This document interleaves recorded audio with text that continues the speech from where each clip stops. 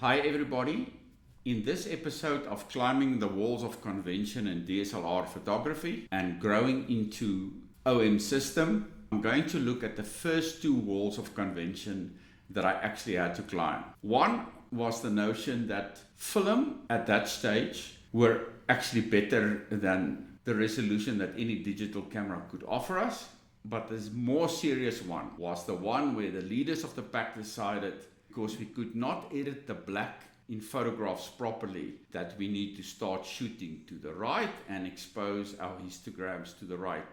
Totally contrary to what physics taught us at that stage. So, enjoy. The heading of this YouTube video, Growing into OM System, has got immense photographic implications. Not only for myself, but for those of you that are actually listening to me and viewing. A lot of photographers that watch this video might ask themselves the question, so why the heck is this guy actually doing it? Where does this guy come from? And what he wants me to buy into is not what I'm getting from the rest of the photographic industry representing nature photography. But here's a promise to you. This will be about science. There will be no fake news. In actual fact, I will make very sure that you understand the fake news that you were sold and how it destroyed your photography. What I'm going to share with you is a very traditional way of approaching nature photography. I many times ask myself, so how did I put this together? And if I say to you here, maybe I've got to reflect for a moment on theory and praxis and their relationship. It sounds crazy. Because I was working on a master's degree thesis on exactly that. I thought it was the biggest waste of time and money I could ever possibly engage in. But what it did, it taught me the fundamentals of how people theorizes and then start a praxis, or have a praxis and then people question their praxis and then they've got to bring in a theory. So, I'm shooting back button focus only. Why? If I don't and I press the front button with a shutter, it's going to refocus. But why don't you just change that in the menu and switch it off and say release first?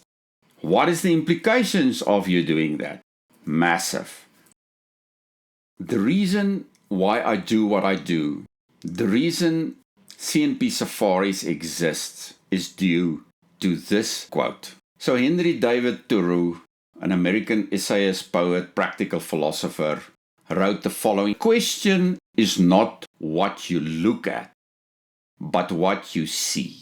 Many an object is not seen, though it falls within the range of our visual ray, because it does not come within the range of our intellectual ray, i.e., we are not looking for it. So in the largest sense, we find only the world we look for. So the journey we are embarking on is a journey of seeing, because looking is not the same as seeing. And if photographers realize that, they will start pushing boundaries. But they don't. They only find the world that they are looking for. Photography is about recording light. And that hasn't changed in the digital age. And it will not change in anything that's going to happen in the genre and the science of photography in the future. Whatever method scientists and inventors come up with, we will record light. So let's contemplate this for a moment. So in 1880, mid-gray was established as a scientific approach to get good exposures. In 1939, Ansel Adams gave us his zone system. We had black on the one side and white on the other side with grays in between. And out of this, Kodak formulated the 18% gray card. Now just look at this diagram here in front of you. 18% gray, let's say, lies somewhere there in around there. Camera manufacturers in general forever has aimed for around 18% gray exposure. There are sophisticated versions of it, but no matter how much money you spend, you cannot get away from the physics. If you watch any rugby game or football game that is photographed, that's videographed in a high contrast situation, and the camera takes you to the shadow areas and there are sunlit areas at the back, it's going to be washed out.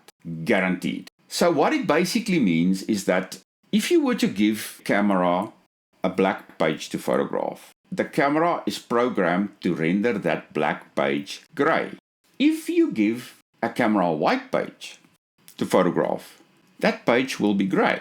But here's the problem. If you take that black page and you put a white peppermint sweet on that black page, it's going to expose for the blacks. It's going to push the exposure to 18% gray. And what's going to happen to the whites? They will be completely blown out. And the shutter speed will drop dramatically in the process of the camera trying to put detail in the blacks. That's science. That's no fake news. That's a reality. There's something very important in this photograph that I would like you to see. Here in this photograph on the first journey that I had with my first digital camera lies the foundation of where my photography is today. This is an extremely late light shot and I'm handhelding because I love the freedom to shoot without a tripod. But you need shutter speed for that. And the rule of thumb was 17mm lens, you need about a 30th of a second. And if there's not a lot of wind blowing, you will get away with that. There's enough shutter speed, there's enough depth of field. So the idea of EV minus is simply to know that the whites are going to go. By EV minusing, I'm actually saying to the camera, okay, just move this a little bit back to the blacks because I know what you're going to do. And the great thing is, for every one f-stop that you move it, you get Mahala free of charge, double the shutter speed. Shooting handheld landscapes at very low ISOs formed part of my photographic base. The other part was simply the fact that the landscape photographer in me wanted depth at speed wherever I could get it. I had to work hard to get total depth on the snake, but my goodness, this was the year 2004, and I was very proud of this photograph. I'm still proud of it today. So the first wall of convention was, let's stick to low ISOs, and then we really landed between a rock and a hard place. Firstly, the Canon guys started realizing, they're really struggling to get detail out of the blacks. And if they do, they get a lot of noise. And the software of the day just could not cope with that noise. So they invented EV+.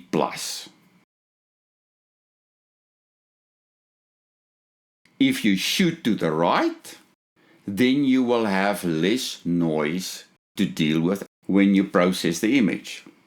What they did not tell us was that we're going to lose all the shutter speed and then we're going to blow out the whites.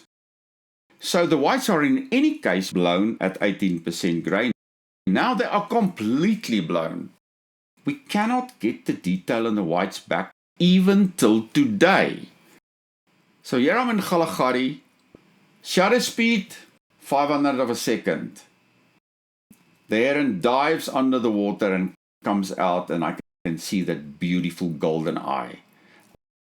But when the action really happens, there's not enough shutter speed. And from that moment, till the grey heron swallowed the weaver, I've got nothing sharp. But in 2004, I was caught up in it. And I lost an enormous number of photographs in the process. I saw, but I couldn't record. My eureka moments came in twos. I was in Etosha, finishing off a book, and by accident, I pushed the ISO of the D700 to 800 and EV-. And this photograph was actually taken with a 1000mm lens. And people say, Converters are not sharp. Oh, they are so sharp. And this is the out of camera shot. And I looked at this and I thought, this is just better than anything that my Velvia could ever produce. And that moment, I decided for wildlife photography, my base ISOs will start at 800 ISO. So on the same Mentorship trip, the next morning I had immediate results.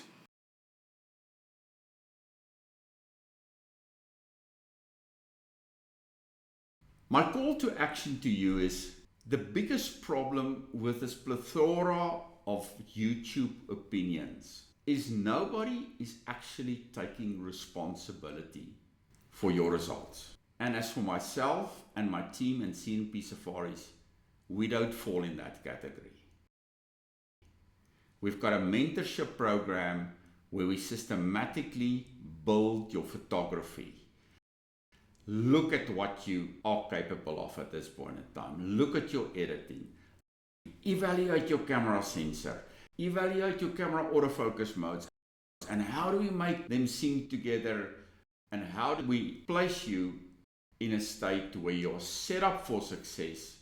Send me 10 photographs. Contact Niku at admin.cnpsafaris.com. I will make some time to work through those 10 images with you and make a suggestion how we can help you further. Really looking forward to hearing from you. Best of luck and register for the next one, please. Cheers.